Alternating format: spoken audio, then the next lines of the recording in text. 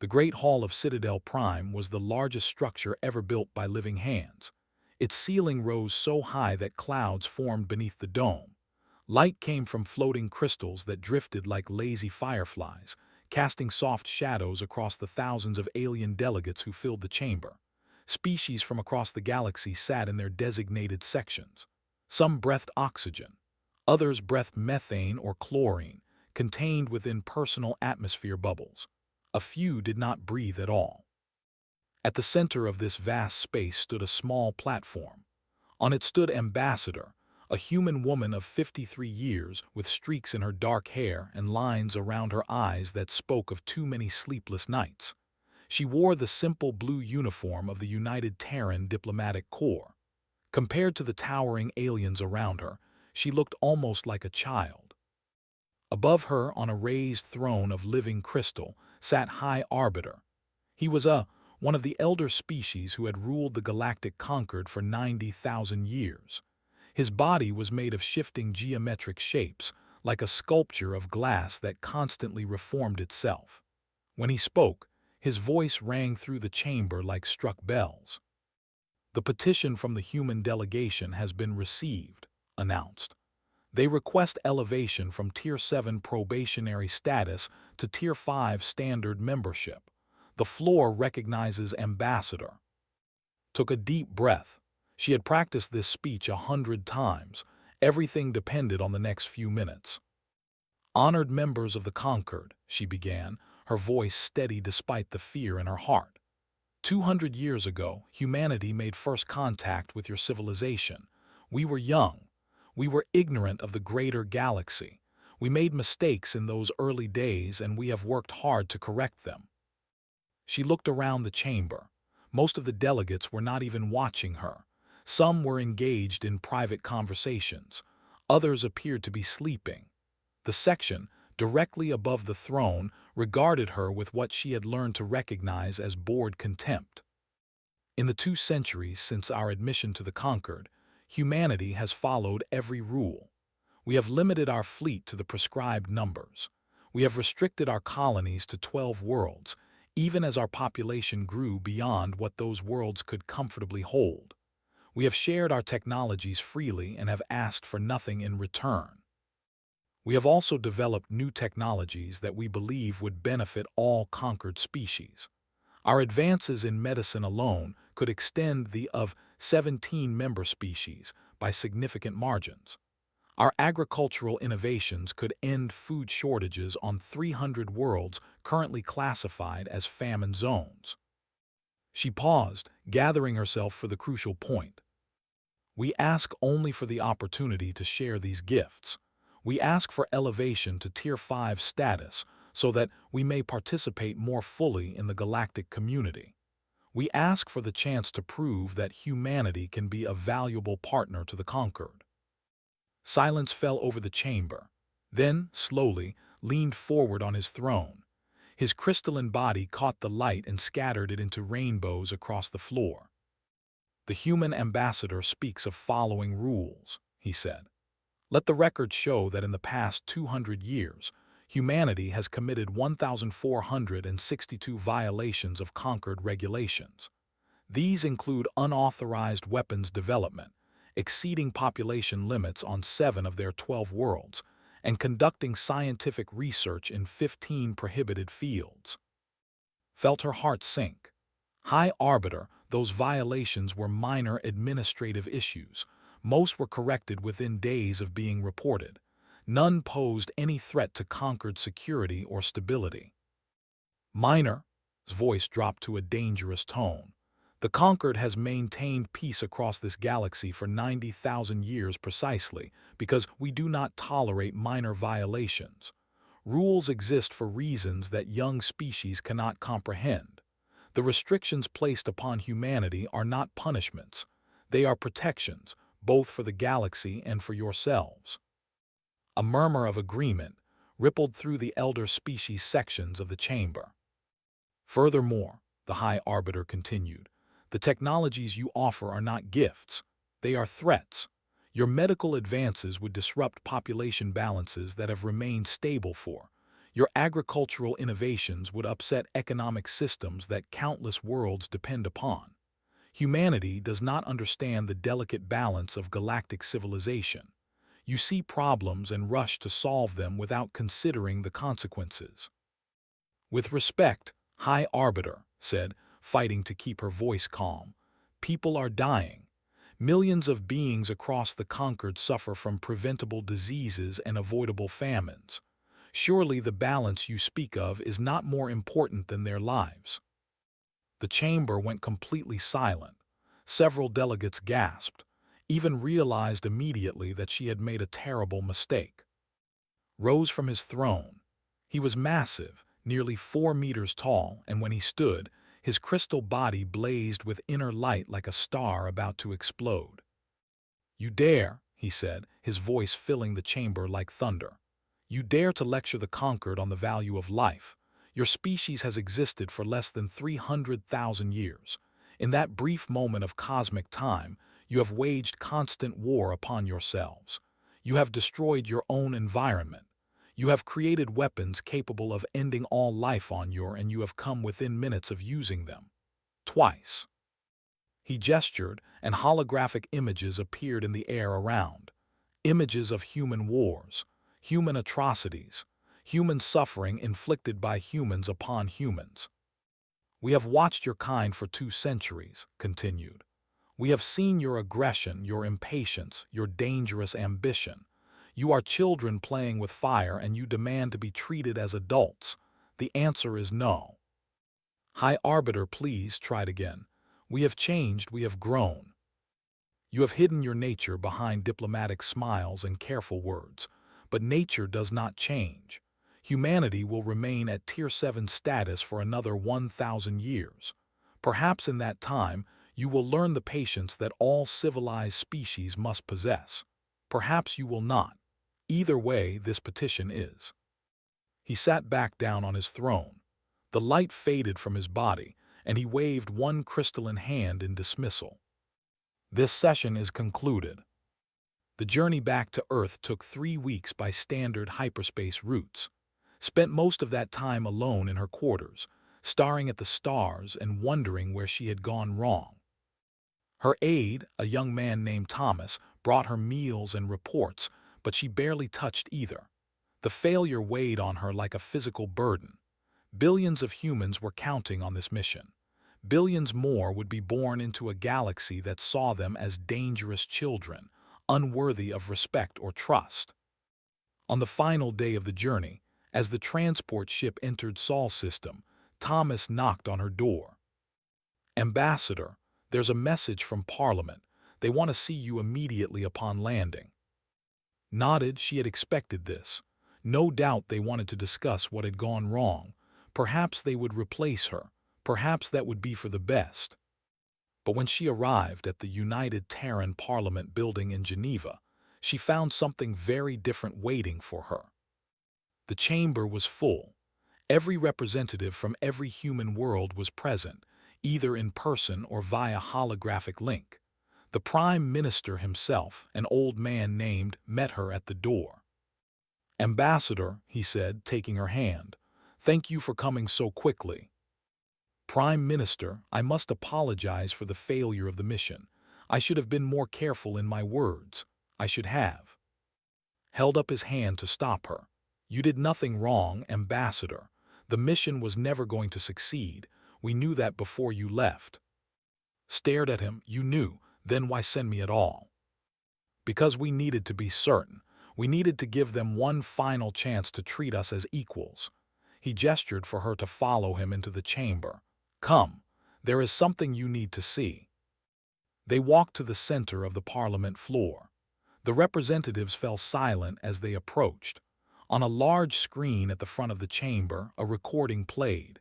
It showed speech from Citadel Prime, his condemnation of humanity, his dismissal of their petition. When the recording ended, Prime Minister turned to face the assembly. "For 200 years," he said, his voice echoing through the silent chamber, "humanity has done everything the conquered asked of us. We have limited our growth. We have restricted our technology.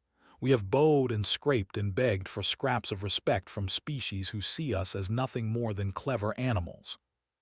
He paused, looking around the room at the faces of humanity's leaders. No more. A murmur ran through the assembly, raised his hand for silence. The conquered does not want partners. They want servants. They do not want us to grow. They want us to remain small and weak and dependent on their goodwill. As long as we follow their rules, we will never be anything more than what we are now, a minor species, restricted to a handful of worlds, forbidden from reaching our true potential. He turned to look at, and she saw something in his eyes that she had never seen before. Not anger, not despair, something colder, something more dangerous. Determination. The Parliament has voted, announced. The decision was unanimous. From this day forward, the United Terran government no longer recognizes the authority of the Galactic Conquered. We withdraw from all treaties. We reject all restrictions. We will build what we wish to build. We will go where we wish to go. We will become what we wish to become. The chamber erupted in cheers. Representatives rose to their feet, shouting and applauding, but felt only fear. "Prime Minister," she said urgently, pulling him aside, "this is madness. The Conquered has fleets that number in the millions, if they decide to enforce their restrictions by force." "They won't," said calmly. "Not immediately. The Conquered move slowly. It takes them decades to agree on anything. By the time they decide to act against us, we will be ready." Ready for what? War against the entire galaxy. Smiled, but there was no warmth in it. Something like that, Ambassador. Something exactly like that. 3 days later, found herself standing in a place that officially did not exist. The facility was built deep beneath the surface of Mars, in tunnels that had been excavated in secret over the past century. It was vast, stretching for hundreds of kilometers in every direction, and it was filled with activity. Thousands of workers moving between massive machines, robotic systems assembling components that could not identify, screens displaying data in formats she did not understand. "Welcome to Project Eventide," said the woman walking beside her. Admiral was 70 years old, but she moved with the energy of someone half her age. Her hair was cropped short, steel, and her dark eyes were sharp and alert. She had been a legend in the Terran Defense Force for decades, known for her brilliant tactical mind and her absolute refusal to accept defeat. "How long has this been going on?" asked, staring at the endless rows of machinery. "Since before you were born, Ambassador. Since before I was born, actually. The Parliament has been preparing for this moment for over a century." "Preparing for what exactly?" Led her to a viewing platform overlooking the largest section of the facility. Below them, something massive was taking shape. It was a ship, realized, but unlike any ship she had ever seen. It was enormous, easily 10 kilometers long, built from materials that seemed to absorb light rather than reflect it. "The Conquered believes they understand humanity," said. "They think we are aggressive and impatient. They are right, of course. But they see those traits as weaknesses. They do not understand that aggression and impatience can also be strengths." She pointed at the ship below.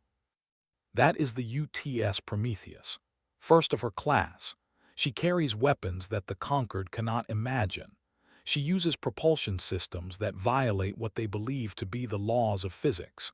She is crewed by men and women who have trained their entire lives for a war that may not come for another 50 years. 50 years, shook her head. The Conquered will never wait that long to respond to our defiance." "They will not need to respond," said, "because they will not know about our defiance. As far as the galaxy is concerned, humanity is about to disappear." "Disappear? How can 8 billion people disappear?" 12 billion, actually. Our real population numbers have been hidden from the Conquered since the beginning. And the answer is, carefully, slowly, one ship at a time, one colony at a time, until there is nothing left in Council space but empty stations and abandoned worlds. Felt dizzy. The scale of what they were describing was almost impossible to comprehend. "Where will we go?" Smiled. "Beyond the edge of the galaxy, to places the conquered has never explored and cannot reach. We have found systems out there, Ambassador, thousands of them, enough room for humanity to grow without limits, enough resources to build whatever we need. And when we have built it, what then?" The Admiral turned to look at her, and saw in her eyes the same cold determination she had seen in Prime Minister. "Then we come back, and when we do, the conquered will learn that they should never have dismissed us. They will learn that humanity does not beg. We do not bow. We do not wait patiently for permission to exist." She looked back at the massive ship taking shape below them. "They want us to fear them. When we return, they will fear us instead." Stood in silence for a long moment, watching the workers below as they assembled humanity's future. Part of her wanted to object. Part of her wanted to argue that this was wrong, that violence was not the answer, that there had to be another way. But she remembered contempt. She remembered the images of human history displayed as evidence of their worthlessness. She remembered the laughter of the alien delegates as her petition was. And she realized that she was tired of being dismissed. "What do you need me to do?" she asked. Admiral nodded, as if she had expected nothing less. "For now, Ambassador, we need you to do exactly what you have always done. Smile, bow, apologize for our species' many flaws, play the role of the humble human diplomat, buy us time. And later," smile widened, "later you will have a very different speech to give, and this time no one will be laughing." Far above them on the surface of Mars, the sun set over rust-red mountains. In orbit, human ships continued their normal routines, following all conquered regulations, reporting all required data, behaving exactly as the galaxy expected them to behave. No one watching would have seen anything unusual. No one would have suspected that beneath the surface the forges were burning, the ships were being built, the soldiers were being trained. And humanity was preparing to show the galaxy exactly what it meant to be human. The countdown had begun. 50 years passed like a dream. In the halls of Citadel Prime, the disappearance of humanity became first a mystery, then a joke, and finally a forgotten footnote in galactic history. The elder species had seen young races come and go for 90,000 years. Some grew wise and took their place in the conquered. Others destroyed themselves through war or disease or simple stupidity. Humanity, it seemed, had chosen the latter path. Council Observer Tal was one of the few who still remembered the humans. He was a species of four-armed beings with blue skin and large dark eyes. His job was to monitor the activities of probationary species and report any violations to the High Council. For 200 years, humanity had been his primary assignment. Now he sat alone in his office, surrounded by silent monitoring equipment, and wondered what had gone wrong. The disappearance had been gradual. First, the human colony on 442b had gone silent. When a conquered patrol ship arrived to investigate, they found the colony empty, not destroyed, not attacked, simply empty. Every building was intact. Every piece of infrastructure was functional. But every human was gone, along with most of their personal possessions and all of their ships. The same pattern repeated across all 12 human colonies over the following decades. One by one, they went dark. One by one, investigation teams found nothing but empty buildings and abandoned equipment. Earth itself was the last to fall silent. The great cities stood empty. The orbital stations drifted unmanned. The defensive fleet that had once patrolled the Sol system was nowhere to be found. 12 billion humans had vanished without a trace. "They must have killed themselves," said High Arbiter when presented his final report. "Some kind of mass suicide, perhaps triggered by their rejection from higher conquered status. It is a tragedy, of course, but not unprecedented. They did something similar 30,000 years ago when they learned they would never develop faster-than-light travel. With respect, High Arbiter said carefully, the left bodies, they left evidence of their fate. The humans left nothing. No bodies, no signs of violence, no messages explaining their actions. They simply disappeared. Waved a crystalline hand dismissively. Then they fled, took their ships and flew off into the void to die in the darkness between galaxies. It matters little. The human problem has solved itself. Reassign their worlds to species who will make better use of them. And so it was done. The 12 human colonies were given to loyal conquered members. Earth itself was declared a protected memorial world, preserved as a reminder of a species that could not handle the demands of galactic civilization. Tal was reassigned to other duties. Years passed. Decades passed.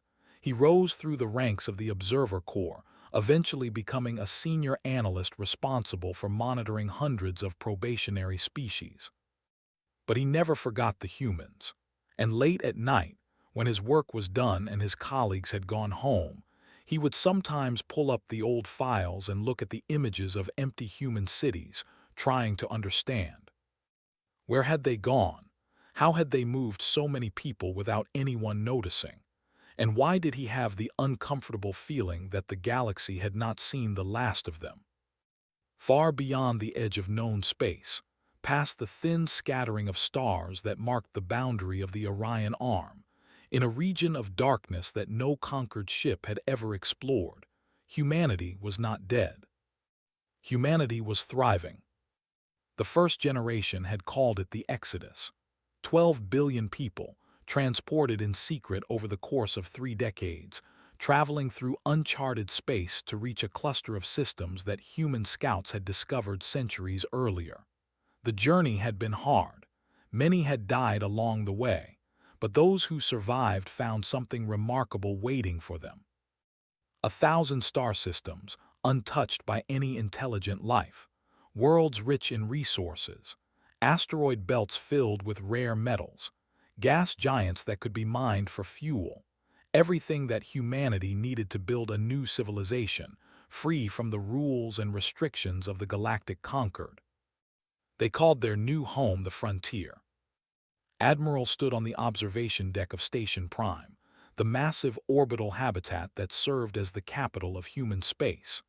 She was 127 years old now, her life extended by the medical technologies that the conquered had forbidden humanity to develop. Her hair had gone completely white, but her eyes were still sharp, and her mind was still as brilliant as it had been in her youth.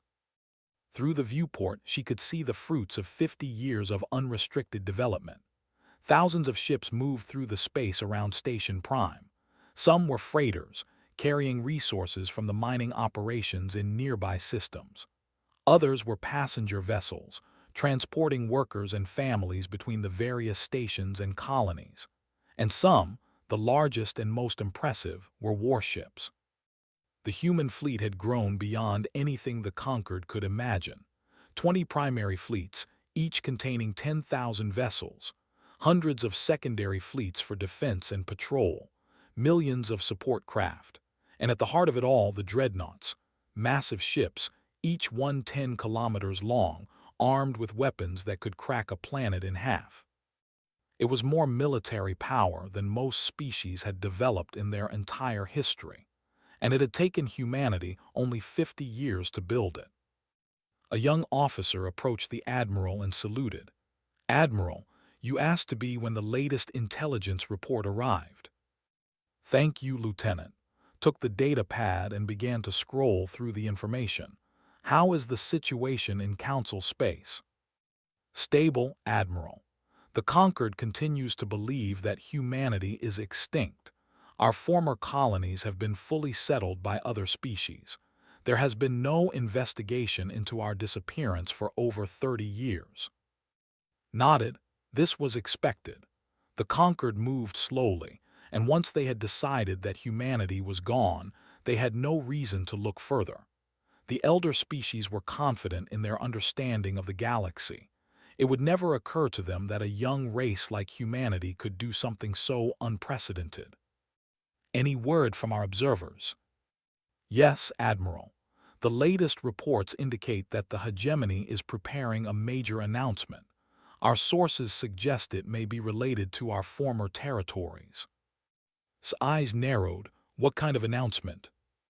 Unknown at this time, but given the hegemony's history, it is unlikely to be good news.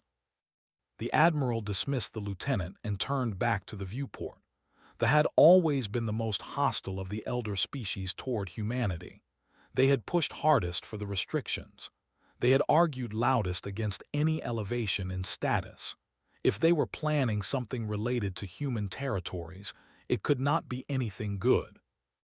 But was patient. She had waited 50 years for the right moment to reveal humanity's return. She could wait a little longer. In the meantime, there was work to do.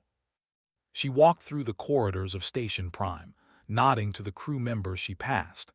The station was home to nearly 1 million people, most of them military personnel or support staff.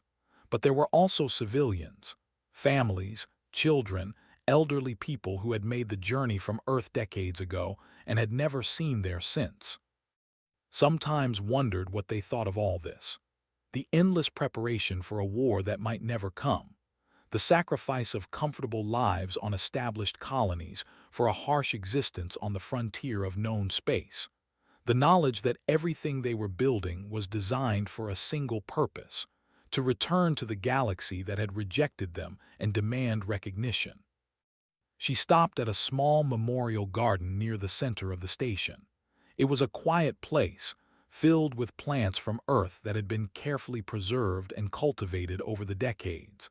At the center stood a simple black stone with names carved into its surface. Her daughter's name was there. Sarah, who had died during the exodus when her transport ship suffered a catastrophic engine failure. She had been 23 years old, a brilliant young engineer who had volunteered for the most dangerous part of the journey because she believed in what humanity was trying to accomplish.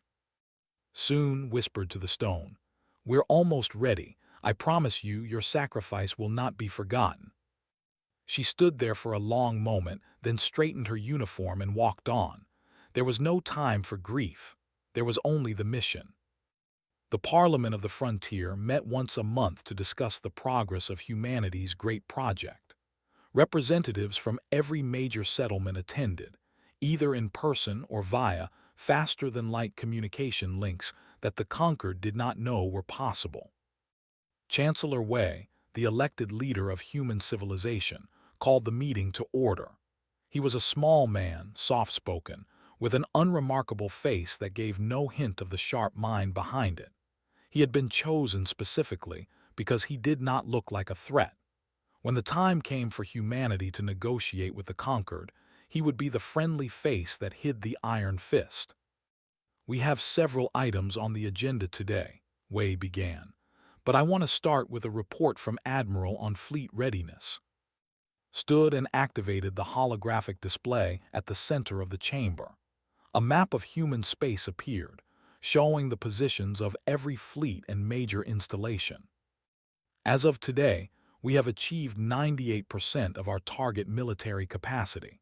The 20th Fleet will be fully operational within 6 months. All dreadnoughts have been tested and certified for combat operations. Our weapons systems exceed original specifications by approximately 40%. She zoomed the display out to show the known galaxy. Our intelligence network has also been completed. We have observation posts monitoring every major system in the conquered. We have agents embedded in the bureaucracies of most elder species. We can track every fleet movement, every political decision, every secret communication across 1,000 light years. "What about our stealth capabilities?" asked one of the representatives. "Can we still move freely without being detected?" "Our ships can enter conquered space at will," confirmed. "Their sensor technology has not significantly advanced in the past 50 years. They cannot detect our vessels unless we choose to be seen." Chancellor Wei nodded, and the announcement, What do we know about that? Expression darkened. I have received updated intelligence within the last hour. The hegemony has proposed something they are calling the cleansing mandate. It will be voted on by the High Council next month. Cleansing mandate, Wei frowned. What does that mean? It means they want to destroy everything humans ever built, every city on Earth, every structure on our former colonies, every piece of technology we left behind. They claim that human artifacts are spiritually corrupting and must be purged to restore balance to the galaxy. Silence fell over the chamber. Representatives looked at each other in shock and anger. They want to erase us, someone said quietly. Not just defeat us, erase us, as if we never existed. Yes, said, that is exactly what they want. Chancellor Wei stood, his quiet demeanor replaced by cold fury. Can we stop them? Can we reach conquered space in time to prevent this? Paused, considering the question carefully. We could reach Earth within 3 weeks if we moved at maximum speed, but if we reveal ourselves now, we lose the element of surprise. The conquered will know we survived. They will have time to prepare. The advantages we have spent 50 years building could be significantly reduced. So we have a choice, Wei said. Protect our past or ensure our future. Yes, Chancellor, that is the choice. The debate lasted for hours. Representatives argued passionately on both sides. Some said that Earth was sacred, that allowing them to destroy human history would be an unforgivable betrayal. Others argued that the mission was more important, that the living mattered more than monuments to the dead. In the end, Chancellor Wei called for a vote. The result was close, but the decision was made. Humanity would wait. They would allow the cleansing mandate to pass. They would let them believe they had won. And then, when the moment was right, they would return. But fate had other plans. 3 days after the vote, a young intelligence officer named David Park burst into Admiral's quarters without knocking. He was breathing hard, his face pale with shock. Admiral, he gasped, you need to see this now. He handed her a data pad. She read the contents, and for the first time in decades, she felt her heart skip a beat. The cleansing mandate had been expanded. It was no longer limited to human artifacts and structures. They had convinced the Council that any world that had been touched by humanity was permanently corrupted. They were going to sterilize Earth, not destroy the buildings, not erase the monuments. They were going to burn the entire planet until nothing could ever live there again. And they were going to do the same to every one of humanity's former colonies. When demanded. The vote is scheduled for next week. Our sources say it will pass easily. They have been building support for this for years. Most of the elder species don't care what happens to dead worlds. Stared at the data pad for a long moment. Then she stood and walked to her communication console. Get me Chancellor Wei, Priority 1. Admiral. The timetable has changed, Lieutenant. We're not waiting anymore. She looked out the viewport at the vast fleet floating in the darkness beyond.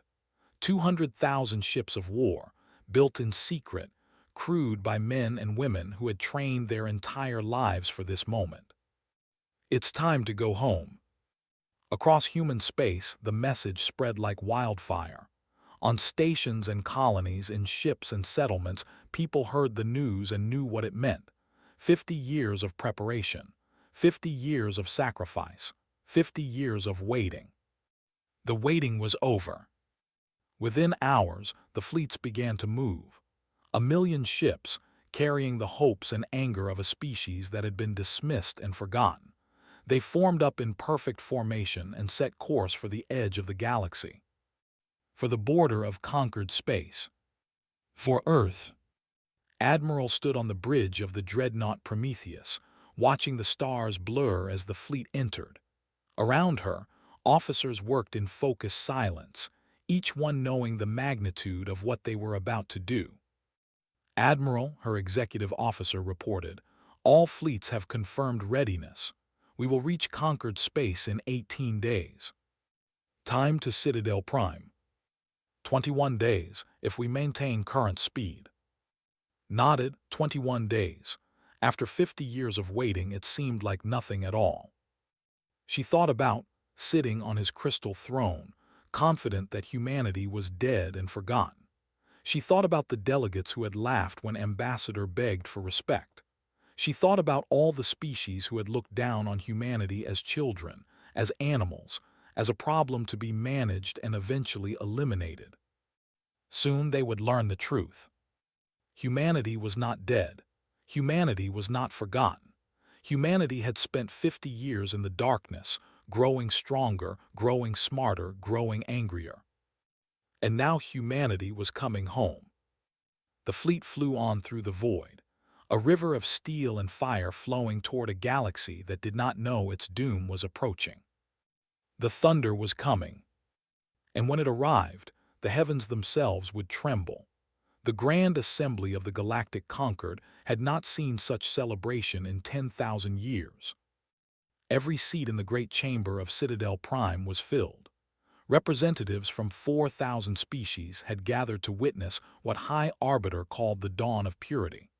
The cleansing mandate had passed with overwhelming support, and now, in just a few hours, the first sterilization fleet would depart to begin the sacred work of erasing humanity from the galaxy. Stood at the center of the chamber, his crystalline body blazing with triumph. Around him, delegates cheered and applauded. The section was especially enthusiastic, their geometric forms pulsing with colors that indicated extreme joy. Today marks the end of an era, declared, his voice ringing through the chamber like bells. 50 years ago, the humans vanished from our galaxy. Some said they fled. Some said they destroyed themselves. It matters not. What matters is that they left behind a stain upon the cosmos. Their worlds, their structures, their very presence corrupted the natural order of the universe. He raised his arms, and holographic images appeared in the air around him. Images of Earth, with its blue oceans and green continents. Images of the 12 human colonies. Images of the cities and monuments that humanity had built. No more, said. Today, we begin the work of healing. The sterilization fleet will cleanse these worlds of every trace of human existence.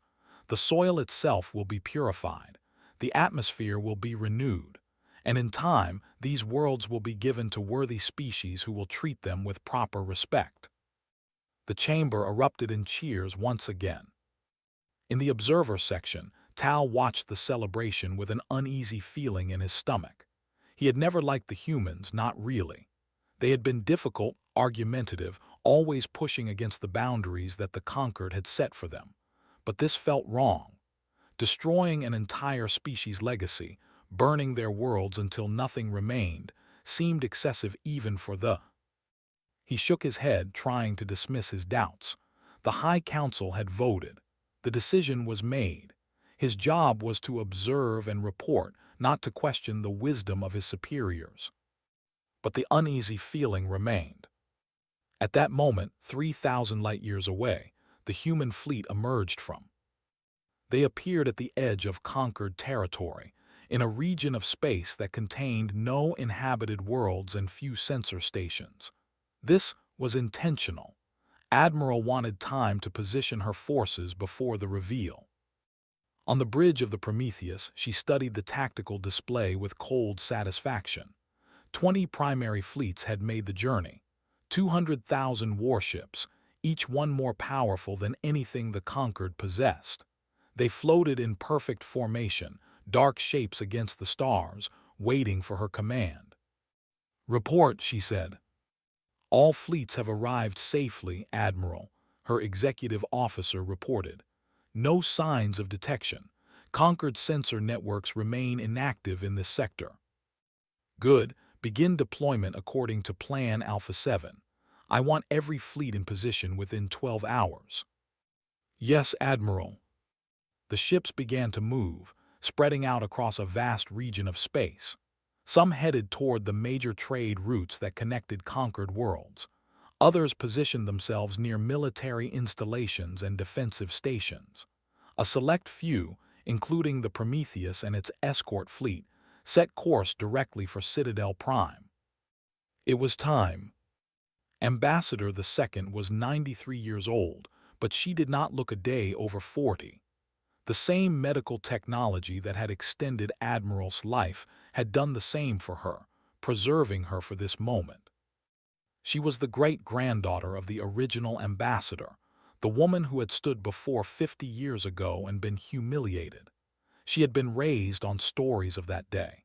She had spent her entire life preparing to avenge that humiliation.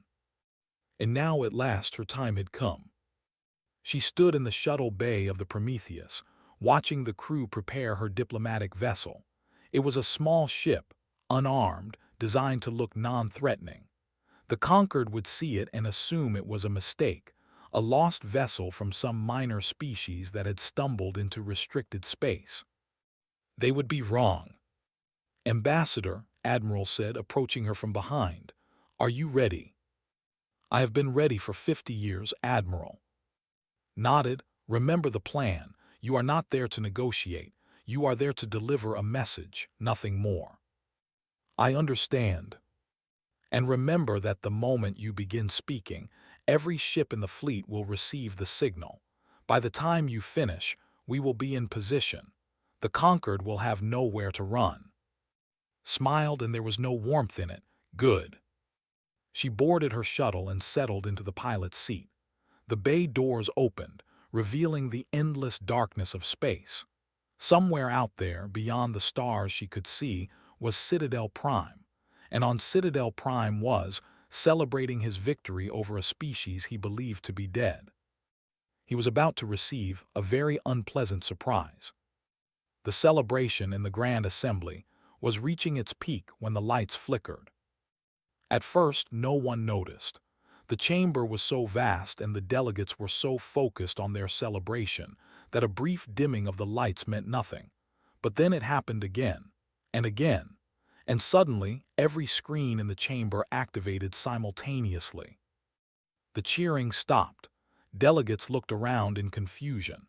This had never happened before. The communication systems of Citadel Prime were supposed to be completely secure, controlled by the most advanced technology in the galaxy. And then a face appeared on the screens. It was a human face. A woman, middle-aged, with dark hair and cold eyes. She wore the uniform of the United Terran Diplomatic Corps, a uniform that no one in the chamber had seen in 50 years. "Honored members of the Conquered," the woman said, her voice calm and clear. "My name is Ambassador. I bring greetings from the United Terran government." Silence fell over the chamber. Thousands of aliens stared at the screens in shock. Some whispered to each other. Others simply stood frozen, unable to process what they were seeing. High Arbiter recovered first.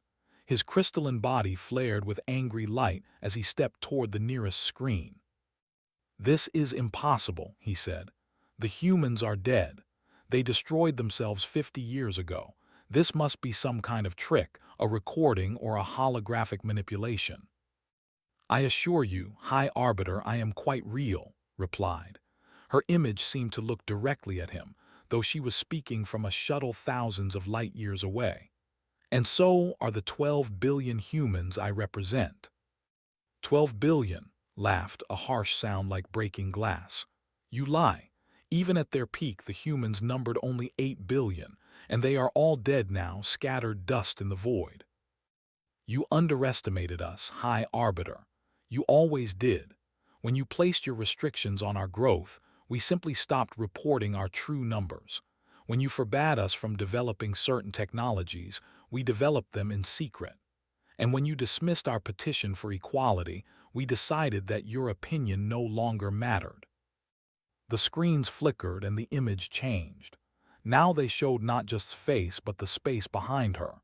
And in that space, stretching to the edge of the visible universe, were ships. Human ships. Thousands of them. Tens of thousands. Dark shapes against the stars, arranged in perfect formation, bristling with weapons that the Conquered had never seen. 50 years ago you told us to wait," continued. "You told us to be patient. You told us that in 1,000 years we might earn the right to be treated as equals. We disagreed, so we left. We found new worlds beyond your reach. We built a new civilization without your restrictions, and now we have returned. The image zoomed out further, revealing more ships, and more, and more. The delegates in the chamber gasped as they realized the true scale of what they were seeing. You gave us restrictions, said. We ignored them. You gave us borders. We surpassed them. You gave us 1,000 years to learn patience. We used 50 to learn something far more valuable. What? Demanded, his voice shaking with a mixture of fear and rage. What did you learn? Smiled, and in that smile was the anger of a species that had been dismissed and humiliated and forgotten. We learned that patience is for those who have no other choice. We learned that borders are only as strong as the power that enforces them, and we learned that restrictions only apply to those who accept them. The transmission ended. The screens went dark. Silence hung over the grand assembly like a funeral shroud. Then the alarms began. They came from every direction at once. Sensor stations across conquered space screamed warnings as massive energy signatures appeared out of nowhere. Ships dropped out of, materializing in locations that should have been impossible to reach. Trade routes were blocked. Military installations were surrounded. Entire star systems found themselves cut off from the rest of the galaxy. And above Citadel Prime itself, the sky began to darken. Tal was the first to reach the observation deck. He pushed through crowds of panicking delegates, ignoring their cries of confusion and fear, until he reached the great windows that looked out over the capital city. What he saw stopped him cold. The sky above Citadel Prime had always been beautiful. The planet orbited a yellow star, and its atmosphere scattered the light into brilliant shades of blue and gold. At night, the stars were visible in their millions, a constant reminder of the vastness of the galaxy that the conquered ruled. But now the stars were gone. The sky was black, completely, utterly black. Not the darkness of night, but the darkness of something solid blocking out the light.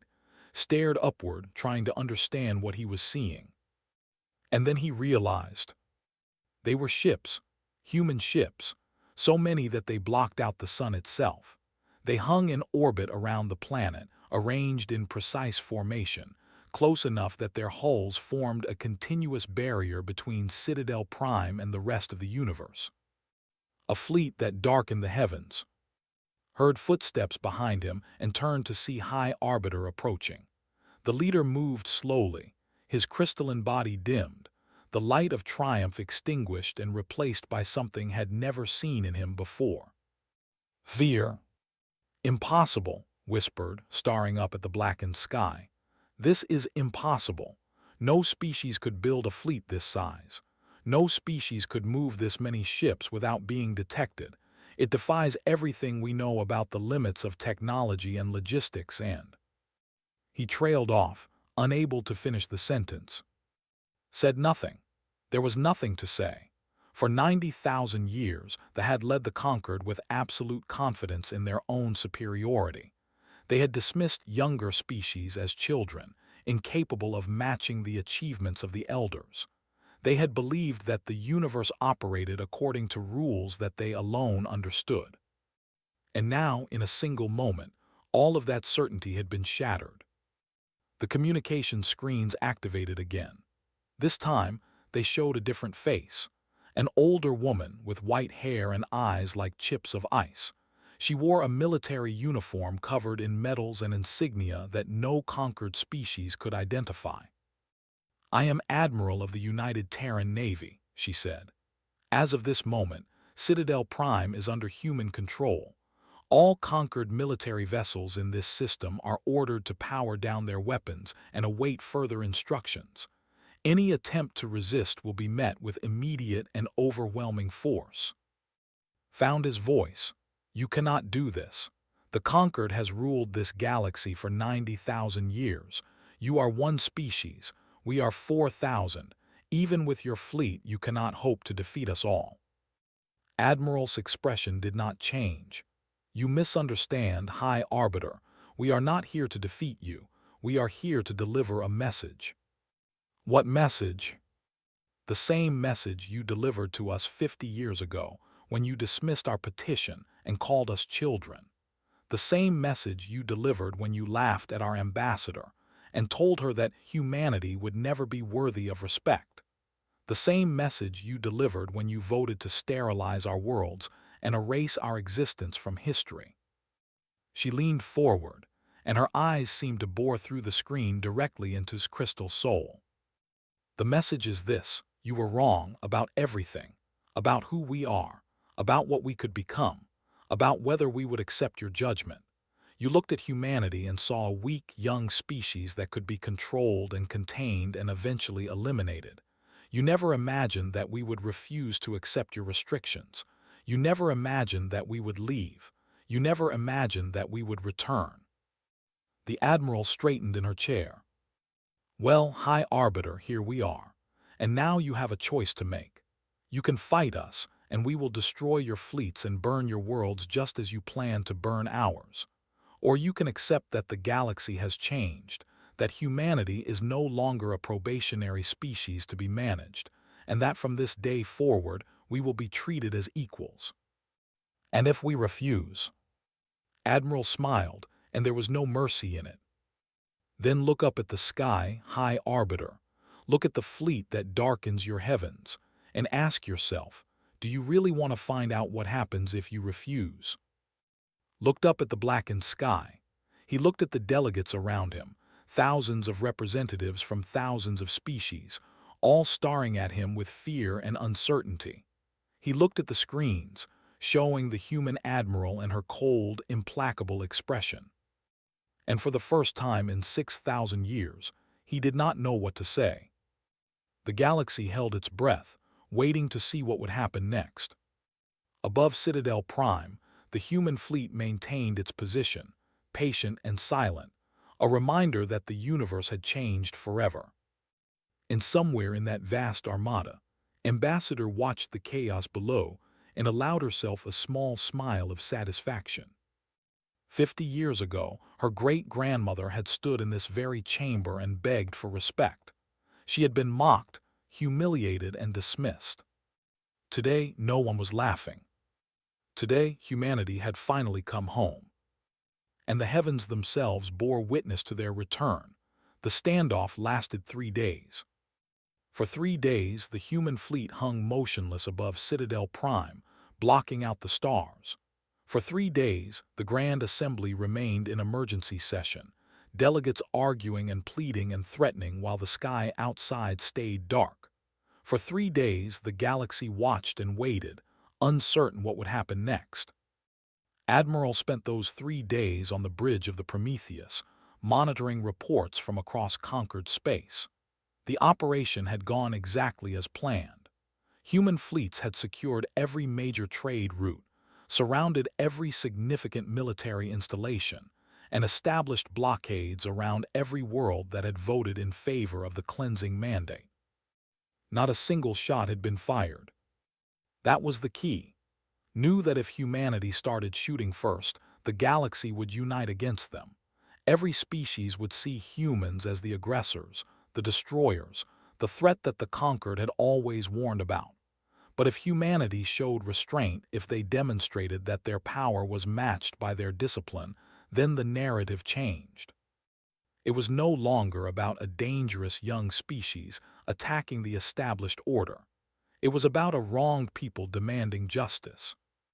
On the morning of the 4th day, High Arbiter requested a meeting. Ambassador received the request in her quarters aboard the diplomatic shuttle. She had been waiting for this. They were proud, but they were not stupid. Had surely spent the past 3 days calculating his options and realizing that he had none. "Tell the High Arbiter that I will meet him in 1 hour," she said to her aide. "In the Grand Assembly chamber before the full conquered. I want witnesses." The High Arbiter requested a private meeting. Ambassador smiled. "I'm sure he did. My answer stands." 1 hour later, She stood once again at the center of the Grand Assembly, in the same spot where her great-grandmother had been humiliated 50 years before. The chamber was silent, every seat filled with delegates who watched with a mixture of fear and fascination. Approached from his throne, his crystalline body dimmed and dull. He stopped a few meters away from, and for a long moment, neither of them spoke. "You have made your point," the High Arbiter finally said. "Your fleet is impressive. Your technology is beyond what we believed possible. You have demonstrated that humanity is not to be dismissed. And yet, and yet this blockade cannot continue forever. Your ships require fuel. Your crews require food and rest. The longer this standoff lasts, the more strain it places on your resources. Eventually, you will have to withdraw." "You think we haven't planned for that?" laughed softly. "High Arbiter, we spent 50 years preparing for this moment. Our supply lines stretch back to the edge of the galaxy. Our crews rotate through 1,000 ships. We can maintain this blockade for decades if necessary." His body flickered with agitation. "Then what do you want? You say you are not here to destroy us. You say you want to be treated as equals. Fine. The Conquered will grant humanity Tier 1 status. You will have full voting rights in the Assembly. You will be recognized as a senior species with all the privileges that entails. Is that not what you wanted?" "It's a start," said, "but there are other matters to discuss." "Such as?" "The cleansing mandate. It will be rescinded immediately. Earth and all former human colonies will be returned to human control. Any species currently occupying those worlds will be given 1 year to relocate." Hesitated. "That is a significant request. Many species have invested heavily in developing those worlds. They will not be pleased to abandon their investments. Their displeasure is not my concern. Those worlds belong to humanity. We will have them back." "Very well, what else?" "An official apology, delivered by you, personally, before the full assembly. You will acknowledge that the Conquered's treatment of humanity was unjust. You will admit that the restrictions placed upon us were designed to keep us weak, not to protect the galaxy. And you will admit that the cleansing mandate was an act of attempted genocide." The chamber erupted in murmurs. Delegates whispered to each other, shocked by the audacity of the demand. An apology from a High Arbiter was almost unheard of. An admission of genocide was something that had never happened in the history of the Conquered. His body flared with angry light. "You ask too much. The Conquered's actions were justified by the threat that humanity posed. We had every right to protect ourselves from an aggressive species." "Did you?" His voice was sharp. "Tell me, High Arbiter, in the 200 years that humanity was part of the Conquered, how many times did we attack another species? How many wars did we start? How many worlds did we invade?" "Said nothing." "The answer is 0, continued. "We followed your rules. We accepted your restrictions. We did everything you asked of us. And still, you decided that we were too dangerous to exist. Not because of anything we did, but because of what you feared we might do. You punished us for crimes we had not committed. You tried to destroy us for sins we had not yet committed." She stepped closer to the High Arbiter, her eyes locked on his. "That is not justice. That is fear, and I do not accept your fear as justification for genocide." Silence fell over the chamber, stood motionless, his light flickering uncertainly. Around them, thousands of delegates waited to see what would happen. Finally, the High Arbiter spoke. "And if I refuse, if the Conquered refuses to accept your terms, then we will demonstrate why you should reconsider." Raised her hand and spoke into a small communicator on her wrist. "Admiral, please proceed with the demonstration." High above the planet, the human dreadnought Prometheus broke formation and moved toward a small, uninhabited moon that orbited Citadel Prime. The moon was barren, airless, valuable only for the minerals beneath its surface. On screens throughout the Grand Assembly, Delegates watched as the massive ship positioned itself directly above the moon's surface. A section of the Prometheus's hull opened, revealing a weapon unlike anything the galaxy had ever seen. "What is this?" demanded. "A demonstration," replied calmly. "Watch." The weapon fired. There was no beam of light, no explosion, no dramatic display of energy. One moment the moon was there. The next moment it was not. It did not explode. It did not shatter. It simply ceased to exist, converted instantly to energy that dissipated harmlessly into space. Where a moon had been, there was now nothing but empty void. The chamber fell into stunned silence. Let the moment stretch before speaking again. That weapon is called a conversion lance. Every dreadnought in our fleet carries one. Every one of those dreadnoughts could do to any world in this system what you just saw happen to that moon. She turned to face the assembly, raising her voice so that everyone could hear. We could end this war before it begins.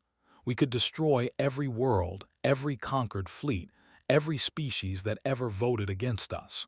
We have the power to do so. We have spent 50 years preparing for exactly this moment. She paused, letting her words sink in. But we choose not to, because humanity is not what you believed us to be. We are not mindless aggressors who destroy everything in our path. We are not children who cannot control our emotions. We are a species that was wronged, and we have come to demand justice. Not revenge, justice.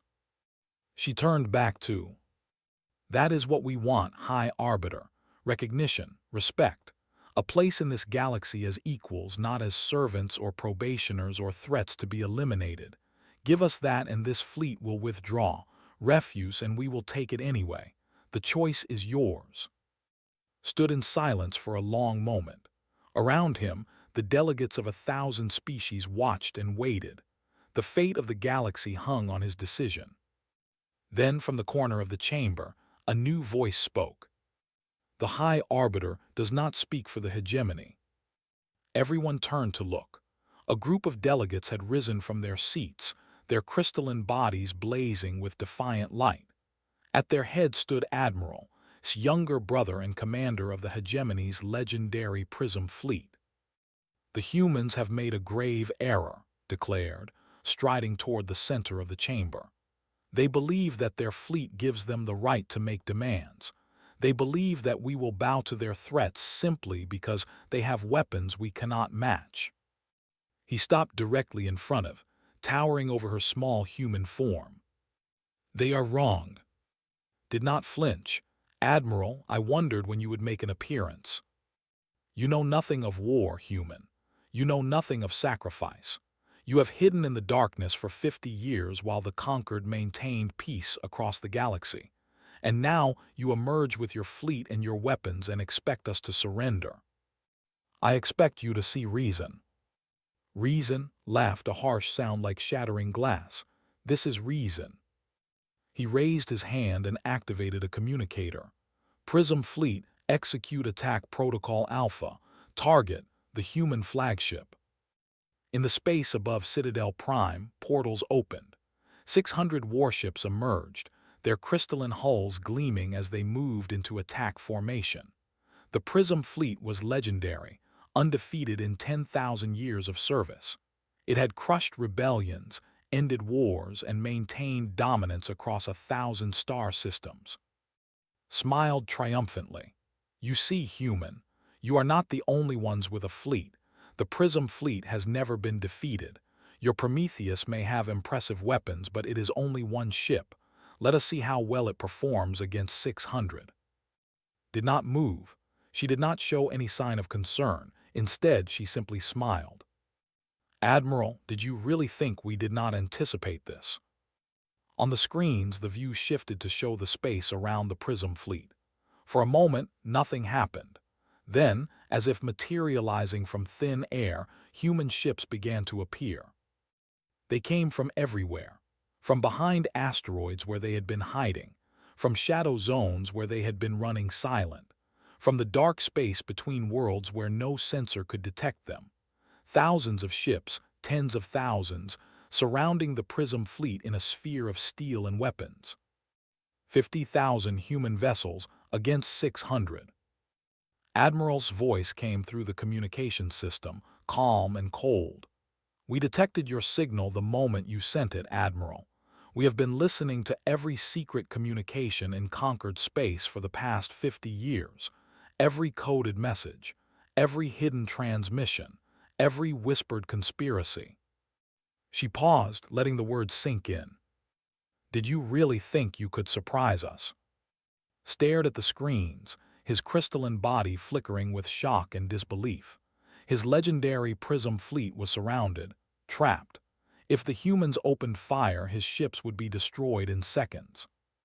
"Furthermore," continued, "we know about the other secrets, the ones buried in your archives, the atrocities your hegemony has committed over the past 90,000 years, the species you have exterminated, the civilizations you have erased, the crimes you have hidden behind the mask of conquered justice." She let the threat hang in the air. "Would you like us to share those secrets with the Assembly, Admiral? I'm sure the other species would be very interested to learn how they have maintained their dominance for so long." Light faded to almost nothing. He looked at his brother and saw nothing but defeat in the High Arbiter's dimmed form. "Power down your weapons," ordered. "Return to your designated positions. Do this now, and we will consider this incident a misunderstanding. Continue your attack, and we will destroy your fleet and reveal every secret your hegemony has ever buried." For a long moment, no one moved. Then slowly, the Prism fleet powered down. Navigation lights dimmed. Weapons systems went offline. 600 of the most feared warships in the galaxy hung motionless in space, surrounded by an enemy they could not defeat. In the Grand Assembly, turned and walked away without a word. His supporters followed him, leaving behind a chamber filled with shocked and silent delegates. Watched him go, then turned back to. "Now," she said softly, "shall we continue our discussion?" The High Arbiter stood alone in the center of the chamber. His brother had been humiliated. His fleet had been surrounded. His secrets were known. Everything he had believed about the galaxy, about superiority, about the impossibility of a young species challenging elder rule, had been proven wrong. He had no more cards to play. "What you ask," he said slowly, "will change everything. The Conquered has operated on certain principles for 90,000 years. Hierarchy, stability, the wisdom of elder species guiding the growth of younger ones. If we abandon those principles, we abandon the foundation of galactic civilization." "Perhaps that foundation needs to change," replied. "Perhaps a civilization built on keeping some species down so that others can stay on top was never truly just. Perhaps it's time for something new." Was silent for a long moment. Then slowly he turned to face the Assembly. "The Conquered recognizes the United Terran government as a Tier 1 species with full voting rights and privileges. The cleansing mandate is rescinded. All former human territories will be returned to human control. And I—" He paused, his body flickering with the effort of what he was about to say. "I apologize. On behalf of the Conquered and on behalf of the hegemony, I apologize for the injustices committed against humanity. We were wrong. We allowed our fear to become persecution.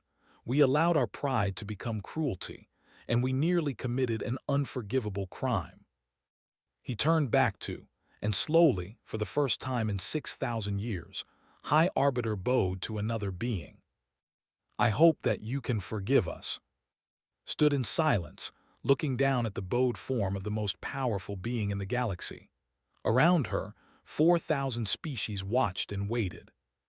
Then she reached out and touched Crystalline's shoulder. "We do not want your fear," she said softly. "We do not want your submission. We only wanted what we always wanted, to be seen as equals, to be given the chance to prove ourselves, to be treated with the respect that every intelligent species deserves." She helped him straighten. "Rise, High Arbiter. The past is past. What matters now is the future we build together. Outside the great windows of the Grand Assembly, the sky remained dark, filled with human ships. But somehow, the darkness seemed less threatening now, less like a shadow of doom and more like a promise of change. The galaxy would never be the same. And perhaps thought that was exactly as it should be. 1 year passed. The galaxy was not the same place it had been before the return. The old order, built on hierarchy and fear and the assumption that elder species knew best, had crumbled. In its place, something new was being built. Something uncertain, something fragile, but something that might one day become better than what came before. The Galactic Concord still existed, but it had been fundamentally reformed. The tier system was abolished. Every species, young or old, now held equal standing in the assembly. Votes were counted by population, not by seniority. And for the first time in 90,000 years, the High Council included representatives from species that had never before been allowed a voice. Humanity held 7 of the 21 seats on the council. Ambassador had been elected High Chancellor by popular vote of the human population, making her the first human to hold a leadership position in galactic politics. Her office was in a new building constructed on Citadel Prime, a structure of glass and steel that stood alongside the ancient crystal towers as a symbol of the new era. But not everyone accepted the changes. In the outer systems, far from the capital, a resistance movement had formed. They called themselves the True Conquered, and they believed that the galaxy had been corrupted by humanity's return. Their members came from dozens of species who had benefited from the old system, species that had held power, species that had received special treatment, species that did not want to share the galaxy with upstarts and revolutionaries. Admiral stood at the window of her office aboard Station Prime, looking out at the endless stars. She was thinking about the True Conquered, thinking about the reports of terrorist attacks against human settlements, thinking about the captured messages promising that humanity would be driven from the galaxy even if it took 1,000 years. The war was not over, it had simply changed form. A knock at her door interrupted her thoughts. She turned to see Captain David Park, the intelligence officer who had first brought her the news of the cleansing mandate over a year ago. Admiral Chancellor is on the line. She says it's urgent. Nodded and activated the communication screen. His face appeared, looking tired but determined. Admiral, we have a situation. The True Conquered has taken hostages on the colony world of New Helsinki, 300 human civilians. They're demanding the withdrawal of all human fleets from conquered space and the restoration of the old tier system. How did they get past our defenses? They didn't attack from outside. They were already there, sleeper cells we didn't know about. They've fortified themselves in the colony's central administration building. Our local forces are standing by, but we wanted to consult with you before taking action. Frowned, what kind of weapons do they have? Standard military equipment. Nothing we can't handle. But Chancellor, they have children among the hostages, and they've made it clear that they'll start killing people if we don't meet their demands within 24 hours. The Admiral closed her eyes for a moment, thinking. The military response was obvious. Surround the building, cut off escape routes, and send in special forces to neutralize the threat. Human soldiers had trained for exactly this kind of operation. They could resolve the situation in hours. But that was not the only option. Chancellor, she said slowly, permission to try something different. Raised an eyebrow, I'm listening. The True Conquered believes that humanity is nothing but aggression and violence. They think we got where we are by threatening the galaxy into submission. Every time we respond to them with force, we confirm their beliefs. We give them more recruits, more support, more reason to keep fighting. What are you suggesting? Let me go down there, alone, unarmed, let me talk to them. Stared at her through the screen. That's insane, they hate us. They'll kill you the moment you walk through the door. Maybe, Or maybe they'll listen. These aren't monsters, Chancellor. They're people who are afraid, people who believe their way of life is being destroyed, people who don't understand that the changes we've brought are not meant to hurt them. She paused, choosing her words carefully. We spent 50 years preparing for war. Now we need to learn how to prepare for peace. That means taking risks. That means showing the galaxy that humanity's strength is not just in our weapons, but in our willingness to reach out to those who fear us. Was silent for a long moment, then slowly she nodded. All right, Admiral, do it your way, but if anything happens to you, then you'll make them regret it, I know, smiled grimly. But let's hope it doesn't come to that. The shuttle landed on New Helsinki 3 hours later, stepped out into the pale light of the colony's artificial sun, wearing a simple civilian suit instead of her military uniform. She carried no weapons, no communications devices, nothing that could be seen as a threat. The street leading to the administration building was empty. The colonists had been evacuated, leaving behind only silence and the distant hum of environmental systems. At the end of the street, she could see the building where the hostages were being held. Barricades had been erected around it. Armed figures watched from the windows. She walked forward, hands clearly visible at her sides. When she was 50 meters from the barricade, a voice called out from above. Stop there, identify yourself. I am Admiral of the United Terran Navy, she replied calmly. I would like to speak with whoever is in charge. Laughter came from the windows. The famous Admiral, come to threaten us personally. No, I have come to listen. There was a pause. Then a door in the barricade opened and a figure emerged. It was one of the four-armed blue beings who had long been observers for the conquered, recognized the species, though she did not know this individual. You are either very brave or very stupid, the said, stopping a few meters away. We could kill you right now. The most decorated human officer in history, dead in the street. It would be a victory worth celebrating. It would, agreed. And then what? My death would change nothing. The fleets would not withdraw. The reforms would not be reversed. You would have accomplished nothing except to give my people a martyr to rally around. The dark eyes narrowed. Then why are you here? Because I think you deserve to be heard. Because I think the galaxy has spent too long ignoring the concerns of those who disagree with the powerful.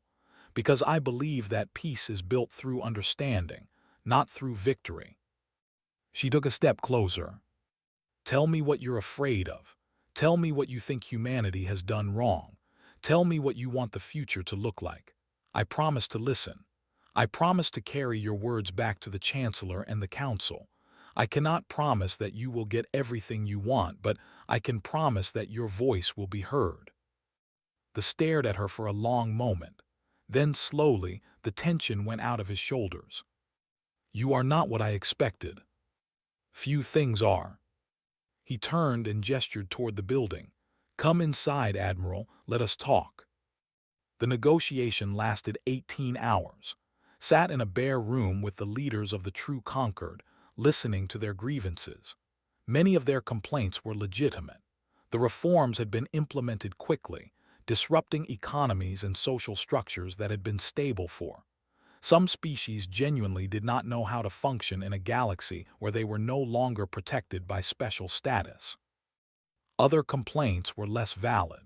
Some simply could not accept that humanity had a right to exist as equals.